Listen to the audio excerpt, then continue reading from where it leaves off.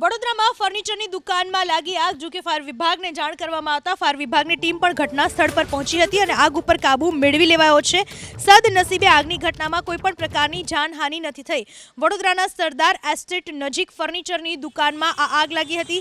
Fire બ્રિગેડની ટીમને જાણ કરવામાં આવી અને ફાયર બ્રિગેડની ટીમ તાત્કાલિક ઘટના સ્થળ પર પહોંચી આગને કાબૂમાં લઈ લેવામાં આવી છે. અંદાજે 15 લાખથી વધુના ફર્નિચર સહિતનો સામાન આગમાં બળીને ખાખ થઈ ગયો. ભાવનગરના પાલિતાણાના લોકો ઉપર આરોગ્યનું જોખમ ઊભું થયું છે, કારણ કે બેફામ રીતે ખારો નદીમાં પ્રદૂષણ જમા જોવા મળી રહ્યું છે. ખેડૂતોની જમીનને પણ વ્યાપક નુકસાનની ભીતિ છે.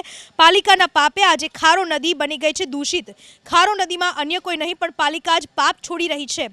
પાલિકા તરફથી ડ્રેનેજ લાઇનનો નિકાલ પવિત્ર ખારો નદીમાં કરવામાં આવી રહ્યો છે. ખારો નદી દૂષિત બનતા શહેરીજનો પર રોગચાળાનો ખતરો ઊભો થયો છે. વિપક્ષે આરોપ લગાવ્યો કે સુપ્રીમ કોર્ટની ગાઈડલાઈન મુજબ કોઈપણ નદીમાં દૂષિત પાણીની લાઈન નાખી શકાય નહીં. તેમ છતાં નદીમાં દૂષિત પાણી છોડવામાં આવી રહ્યું છે. અન્ય કોઈ નહીં પણ ખુદ પાલિકા જ નદીને પ્રદૂષિત કરી રહી છે.